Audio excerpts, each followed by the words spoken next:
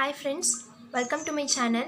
இந்த வீடியோவில் நம்ம என்ன பார்க்க போகிறோம் அப்படின்னா ரிடக்ஷன் ஆஃப் மெட்டல் ஆக்சைட்ஸ் தான் பார்க்க போகிறோம். So conversion of ores into metal oxides அது பார்த்துட்டோம். Roasting and calcination. அடுத்து நம்ம மெட்டல் ஆக்சைடாக மாற்றினதை மெட்டலாக ரிடக்ஷன் பண்ண போகிறோம்.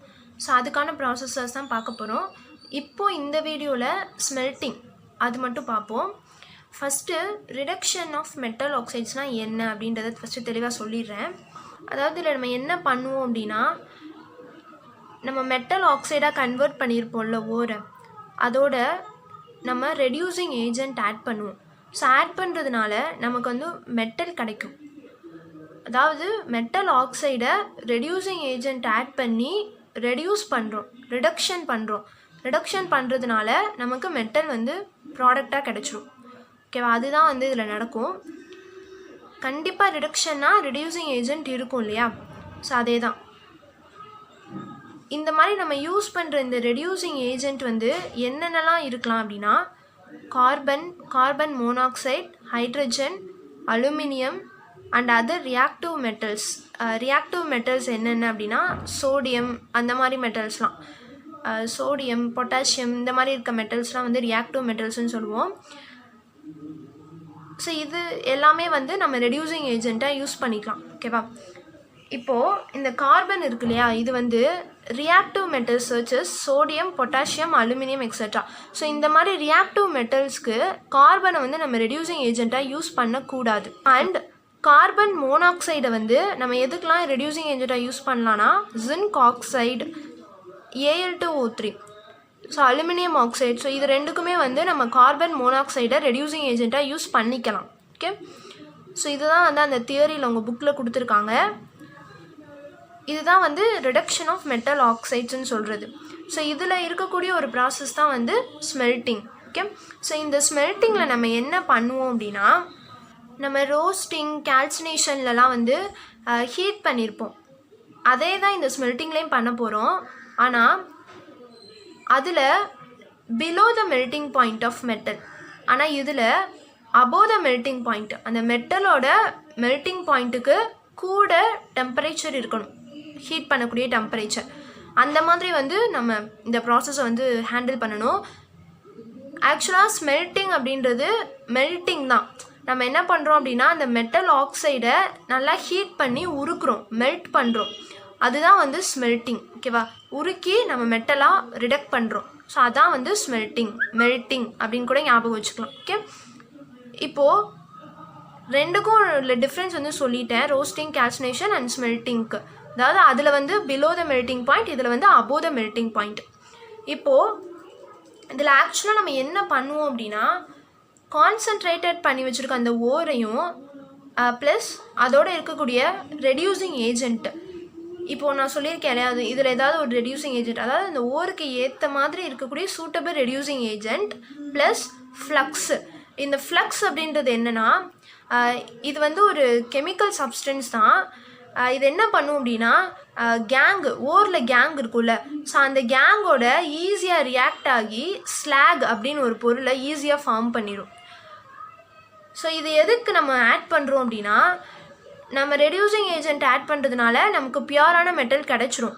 பட் இம்ப்யூரிட்டி இருக்கும் இல்லையா, ஸோ அந்த இம்ப்யூரிட்டியும் தனியாக பிரித்து எடுக்கணும்ல, அதுக்காக இந்த ஃப்ளக்ஸ் யூஸ் பண்ணுறோம். இந்த ஃப்ளக்ஸ் என்ன பண்ணும் அப்படின்னா, அந்த கேங் கூட ரியாக்ட் ஆகி ஸ்லாக் அப்படின்னு ஒரு பொருளை ஃபார்ம் பண்ணி தனியாக பிரிஞ்சு போயிடும். ஓகேவா? ஸோ அதுக்காக தான் வந்து இந்த ப்ராசஸில் இந்த ஃப்ளக்ஸ் ஆட் பண்ணுறோம். இப்படி நம்ம ஆட் பண்ணக்கூடிய இந்த ஃப்ளக்ஸ் வந்து பேசிக்காகவும் இருக்கலாம், அசிடிக்காகவும் இருக்கலாம். அது எதை பொறுத்து அப்படின்னா, நம்மளோட ஓரில் இருக்கக்கூடிய அந்த கேங்கை பொறுத்து. அந்த கேங் வந்து அசிடிக்காக இருந்துச்சுன்னா அந்த ஃப்ளக்ஸ் வந்து பேசிக்காக இருக்கும். அந்த கேங் வந்து பேசிக்காக இருந்துச்சுன்னா அந்த ஃப்ளக்ஸ் வந்து அசிடிக்காக இருக்கும். இதுதான் மெயினாக நம்ம ஞாபகம் வச்சுக்க வேண்டியது ஃப்ளக்ஸ் பற்றி. ஓகேவா? இப்போது நம்ம இந்த மூணு இதையுமே, இந்த ஓர், ரெடியூசிங் ஏஜென்ட், ஃப்ளக்ஸ், இது மூணையுமே வந்து நல்லா ஒரு ஸ்மெல்ட்டிங் ஃபர்னேஸ்னு ஒரு அப்பேரட்டஸ் இருக்குது, அதில் போட்டுட்டு நல்லா ஹீட் பண்ணும்போது நமக்கு என்ன நடக்கும் அப்படின்னா, மெட்டலும் ஸ்லாகும் நமக்கு ஃபார்ம் ஆகும். அந்த ரெடியூசிங் ஏஜென்ட்டும் ஓரும் சேர்ந்து நமக்கு மெட்டலை கொடுக்கும். அந்த ஓரில் இருக்கக்கூடிய கேங்கும் அந்த ஃப்ளக்ஸும் சேர்ந்து நமக்கு ஸ்லாகை கொடுக்கும். ஸோ ரெண்டையுமே நம்ம தனியாக பிரித்து எடுத்ததுக்கப்புறம் நமக்கு ஒரு நம்மளோட மெட்டல் வந்து நமக்கு கிடச்சிரும். நம்ம மெட்டலை வந்து நம்ம எக்ஸ்ட்ராக்ட் பண்ணிடலாம். ஓகே, ஸோ இதுதான் வந்து ஸ்மெல்ட்டிங் ப்ராசஸ். ஓகேவா? ஸோ இப்போது இதில் இருக்கக்கூடிய எக்ஸாம்பிள்ஸ் ரியாக்ஷன்ஸை பார்க்கலாம். ஓகே, Fe2O3 ஃபெர்ரிக் ஆக்சைடு எடுத்திருக்காங்க. ப்ளஸ் இதில் ரெடியூசிங் ஏஜெண்ட்டாக என்ன யூஸ் பண்ணியிருக்காங்க அப்படின்னா கார்பன் மோனாக்சைடை வந்து யூஸ் பண்ணியிருக்கோம். ஓகேவா? இப்போது கார்பன் மோனாக்சைடு வந்து ரெடியூசிங் ஏஜெண்ட்டாக இருக்கிறப்போ நமக்கு என்ன நடக்குது அப்படின்னா மெட்டலை வந்து நமக்கு எக்ஸ்ட்ராக்ட் ஆகிடுது. ஓகேவா? அதாவது அயன் வந்து நமக்கு எக்ஸ்ட்ராக்ட் ஆயிடுச்சு. ப்ளஸ் கார்பன் டை ஆக்சைடு வந்து நமக்கு கேஸாக எவாப்ரேட் ஆயிடுச்சு வெளியே. இப்போது இது வந்து சாலிடாக இருக்கும், இது வந்து கேஸு, இது வந்து சாலிடாக தான் இருக்கும், இது வந்து கேஸ் இல்லையா? நமக்கு மெட்டலை வந்து நம்ம எக்ஸ்ட்ராக்ட் பண்ணிட்டோம். இதில் வந்து இம்ப்யூரிட்டி இருந்திருக்கும்ல, கேங் இருந்திருக்கும்ல. ஸோ இதில் வந்து என்ன கேங் இருக்கும் அப்படின்னா சிலிக்கான் டை ஆக்சைடு, SiO2 தான் இருக்கும், சிலிக்கா அப்படின்னு சொல்லுவாங்க. ஸோ அதை வந்து நம்ம என்ன பண்ணுவோம் அப்படின்னா ஃப்ளக்ஸ் ஆட் பண்ணியிருப்போம்ல, அதோடு அது ரியாக்ட் ஆகி ஸ்லாக் ஃபார்ம் ஆகிருக்கும்ல. ஸோ அதுக்கான ரியாக்ஷன்ஸ் தான் இங்கே கீழே கொடுத்துருக்காங்க. In this extraction a basic flux, இதில் வந்து நம்ம பேஸ் இருக்கக்கூடிய ஃப்ளக்ஸை தான் ஆட் பண்ணணும். ஏன்னா இந்த சிலிக்கான் டை ஆக்சைடு வந்து என்னென்னா ஒரு அசிடிக் கேங். ஓகேவா? அது வந்து அசிடிக் இன் நேச்சர். ஸோ அதனால் நம்ம வந்து ஃப்ளக்ஸ் ஆட் பண்ணுறது ஒரு பேசிக் இன் நேச்சராக இருக்கணும். அப்போது கால்சியம் ஆக்சைடை வந்து நம்ம ஆட் பண்ணுறோம் ஃப்ளக்ஸாக, அது வந்து நமக்கு பேசிக் இன் நேச்சர். ஓகே, இப்போது இது ரெண்டையும் நம்ம ஆட் பண்ணுறப்போ ரெண்டுமே சாலிட் தான். நமக்கு என்ன கிடைக்கிது அப்படின்னா ஸ்லாக் ஃபார்மேஷன் கிடைக்கிது. கால்சியம் சிலிக்கேட் வந்து நமக்கு ஃபார்ம் ஆகுது. கால்சியம் சிலிக்கேட் வந்து நமக்கு ஃபார்ம் ஆகிருக்கு. இது பேர் வந்து ஸ்லாக் அப்படின்னு சொல்லுவாங்க. Okay, slack. இதுதான் வந்து ஸ்மெல்ட்டிங் ப்ராசஸ். அதாவது வேறு ஒன்றும் இல்லை, அந்த கான்சன்ட்ரேட்டட் ஓரோட சேர்ந்து ரெடியூசிங் ஏஜென்ட்டு ஃப்ளக்ஸு இதெல்லாம் ஆட் பண்ணி ஹீட் பண்ணுறோம்.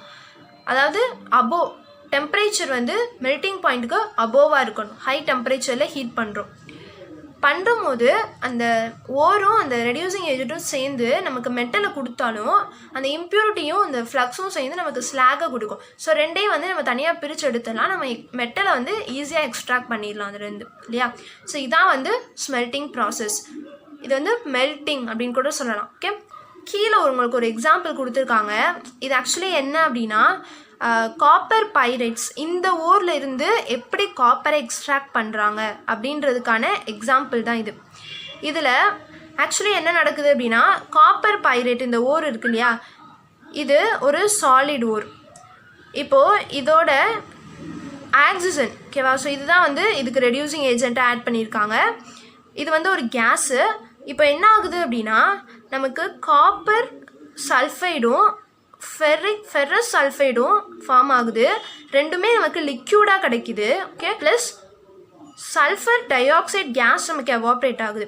இதில் இந்த ஃபெரஸ் சல்ஃபைடும் இந்த காப்பர் சல்ஃபைடும் என்ன அப்படின்னா மியூச்சுவலி சாலிபிள்னா ஒன்றோட ஒன்று சாலிபிளாக இருக்கும், ஒன்றோட ஒன்று கலக்க முடியும் ஈஸியாக அதனால். ஸோ அதனால் இது எதை ஃபார்ம் பண்ணும் அப்படின்னா காப்பர் மேட் அப்படின்ற ஒரு இதை ஃபார்ம் பண்ணும். இது ரெண்டும் சேர்ந்து, ஓகே, இது ரெண்டையும் சேர்ந்து நம்ம என்ன சொல்லலாம் அப்படின்னா காப்பர் மேட் அப்படின்னு சொல்லலாம். ஓகே, இப்போது இந்த காப்பர் மேட்லேருந்து இந்த ஃபெரஸ் சல்ஃபைடு இருக்கு இல்லையா, இது என்ன ஆகும் அப்படின்னா நமக்கு இந்த ஓரோட கேங் என்னவா இருக்கும் அப்படின்னா ஃபெரஸ் ஆக்சைடு தான் இந்த ஓரோட கேங்காக இருக்கும். ஸோ சாலிடாக இருக்கும். ப்ளஸ் சிலிக்கான் டை ஆக்சைடு வந்து நமக்கு ஆட் ஆகும். ஸோ இந்த சிலிக்கான் டை ஆக்சைடுன்றது என்னென்னா ஃப்ளக்ஸு, நம்ம ஆட் பண்ணக்கூடிய ஃப்ளக்ஸு. இந்த ஃபெரஸ் ஆக்சைடு வந்து என்ன அப்படின்னா இது வந்து ஒரு பேசிக் இன் நேச்சர். சிலிக்கான் என்ன அப்படின்னா இது வந்து acidic in nature. Okay, so அதனால் இது பேசிக்காக இருக்கிறதுனால நம்ம அசிடிக் இன் நேச்சர் இருக்கக்கூடிய ஒரு ஃப்ளக்ஸை வந்து நம்ம ஆட் பண்ணுறோம். ஓகே, ஸோ அப்போ நமக்கு என்ன கிடைக்கும் அப்படின்னா ஃபெரஸ் சிலிக்கேட் கிடைக்கும். இது வந்து ஒரு ஸ்லாகை ஃபார்ம் பண்ணும். ஓகேவா? ஆக்சுவலி இங்கே என்ன நடந்திருக்கும் அப்படின்னா இந்த ஃபெரஸ் சல்ஃபைடு இருக்கு இல்லையா, இந்த காப்பர் மேட்டில் இருக்கக்கூடிய இந்த ஃபெரஸ் சல்ஃபைடு வந்து ஆக்சிடைஸ் ஆகிருக்கும். ஓகேவா? ஸோ ஆக்சிஜனால் ஆக்சிடைஸ் ஆகிருக்கும். ஸோ நமக்கு ஃபெரஸ் ஆக்சைடாக ஃபார்ம் ஆகிருக்கும். ப்ளஸ் SO2 கேஸ் வந்து நமக்கு ரிலீஸ் ஆகிருக்கும். ஸோ இதில் இந்த ஃபெரஸ் ஆக்சைடு இருக்கு இல்லையா, ஸோ இது வந்து என்னாகும் அப்படின்னா நமக்கு ஸ்லாக் ஃபார்மேஷனில் இன்வால்வ் ஆகுறதுனால இந்த ஃபெரஸ் சல்ஃபைடு வந்து நமக்கு ரிமூவ் ஆயிடுது. ஓகேவா? ஸோ இந்த ஃபெரஸ் சல்ஃபைடு வந்து காப்பர் மேட்லேருந்து நமக்கு ரிமூவ் ஆயிடுது. ஓகே, ஸோ அதை தான் வந்து நமக்கு இங்கே கொடுத்துருப்பாங்க. ferrous sulfate present in the mate is first oxidized to ferrous oxide. First அதை ஆக்சிடைஸ் பண்ணி ferrous oxide ஃபார்ம் பண்ணிட்டோம். and this is எதை removed by slag formation. So slag form ஆயிருக்குல்ல, ஸோ அதனால இது வந்து என்ன ஆயிருக்கு அப்படின்னா ரிமூவ் ஆயிருக்கு. இந்த ஃபெரஸ் ஆக்சைடு வந்து ஸ்லாக் ஃபார்மேஷனில் இன்வால்வ் ஆனதுனால நமக்கு வந்து இந்த ஃபெரஸ் சல்ஃபைடு வந்து அந்த காப்பர் மேட்லேருந்து ரிமூவ் ஆயிடுச்சு. ஸோ மிச்சம் நமக்கு எது மட்டும் இருக்கும் அப்படின்னா காப்பர் சல்ஃபைடு மட்டும் நமக்கு இருக்கும் இல்லையா. ஃபெரஸ் சல்ஃபைடு வந்து ரிமூவ் ஆயிடுச்சு, மிச்சம் அதில் காப்பர் சல்ஃபைடு மட்டும் இருக்கும்ல. ஸோ அதை வந்து நம்ம என்ன பண்ணுறோம் அப்படின்னா அதை வந்து நம்ம ஆக்சிடைஸ் பண்ணுறோம் ஆக்சிஜன் இன்வால்வ் பண்ணி. ஸோ அப்போ ஆக்சிடைஸ் பண்ணும்போது நமக்கு காப்பர் ஆக்சைடு ஃபார்ம் ஆகுது, ப்ளஸ் SO2 கேஸ் வந்து ரிலீஸ் ஆகுது. ஸோ இது வந்து லிக்யூட்லேயும் இருக்குது சாலிட்லேயும் இருக்குது. ஓகேவா.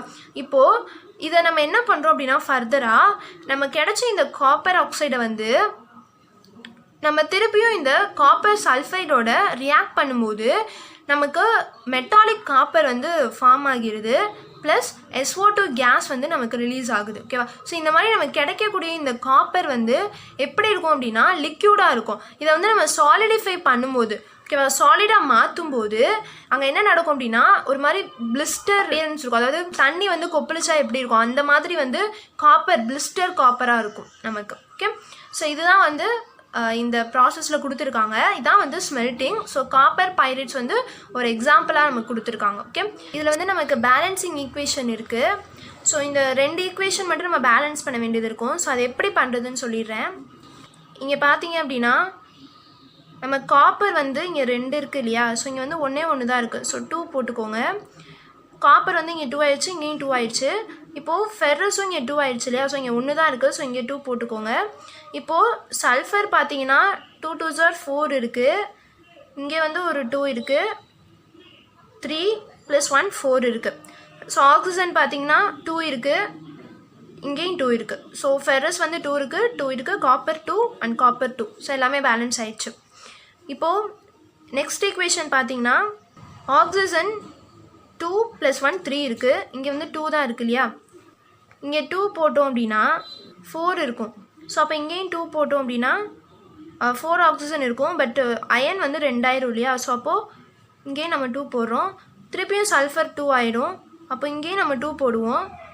அப்புறம் ஆக்சிஜனோட லெவல் வந்து கூடிரும் இல்லையா. ஸோ 2 2s are 4 + 2 6 ஆயிரும். பட் இங்கே 4 தான் இருக்குது இல்லையா. ஸோ அப்போ இங்கே என்ன பண்ணுறோம் அப்படின்னா 3 போட்டுக்கலாம். 3 போட்டோம் அப்படின்னா நம்ம கரெக்டாக இருக்கும். 3 2s are 6 ஆக்சிஜன். ஸோ எல்லாமே வந்து டேலி ஆயிடுச்சு. அடுத்து நமக்கு அடுத்த ரியாக்ஷன் ரைட் சைடில் இருக்கக்கூடிய ரியாக்ஷன்ஸ் இதில் ஸோ ஆக்சிஜன் வந்து இங்கே 2 இருக்குது, +1 3 இருக்குது, இங்கே 2 தான் இருக்குது இல்லையா. ஸோ அப்போது 2 போட்டுக்கலாம். இப்போது இங்கேயும் நம்ம 2 போடணும். ஸோ இங்கே என்ன ஆகும் அப்படின்னா 4 4 டேலி ஆகிடும். பட் காப்பர் வந்து 4 ஆயிரும் இல்லையா. இங்கே வந்து நம்ம 2 போடுறோம். ஸோ காப்பர் வந்து 4 ஆயிடுச்சு, பட் சல்ஃபர் 2 ஆயிடுச்சு இல்லையா. அப்போது இங்கேயும் நம்ம 2 போடுவோம். அப்போ ஆக்சிஜன் வந்து 6 ஆயிடுச்சு. அப்போ இங்கே வந்து 2 இருக்கக்கூடாது. ஸோ 3 அப்படின்னு மாற்றிக்கிட்டா ஸோ இங்கேயும் 6 ஆக்சிஜன் வந்துடும். ஸோ எல்லாமே டேலி ஆயிரும். ஸோ இந்த ரியாக்ஷனில் காப்பர் வந்து இங்கே 4 இருக்குது, இங்கே வந்து 1 தான் இருக்குது இல்லையா. ஸோ ஆக்சிஜன் அதே மாதிரி 2 இருக்குது, பட் இங்கே 1 தான் இருக்குது. ஸோ ஃபஸ்ட்டு ஆக்சிஜனை கன்சிடர் பண்ணிக்கலாம். 2 இருக்கிறதுனால ஸோ இங்கே நம்ம வந்து 2 போட்டுக்கலாம். அப்போது நமக்கு காப்பர் என்ன ஆயிடும் அப்படின்னா 2 2s are 4 + 2 6 ஆயிடுச்சு. ஸோ அப்போது இங்கே 6 போட்டுக்கலாம். ஓகே. ஸோ ஒரு sulphur 6 copper + 2 oxygen. Okay. So equations வந்து டேலி ஆயிடுச்சு. இப்படி தான் வந்து பேலன்ஸ் பண்ணணும். ஓகே. ஸோ இப்போ வந்து உங்களுக்கு ஸ்மெல்ட்டிங் ப்ராசஸ் வந்து புரிஞ்சிருக்கும்னு நினைக்கிறேன்.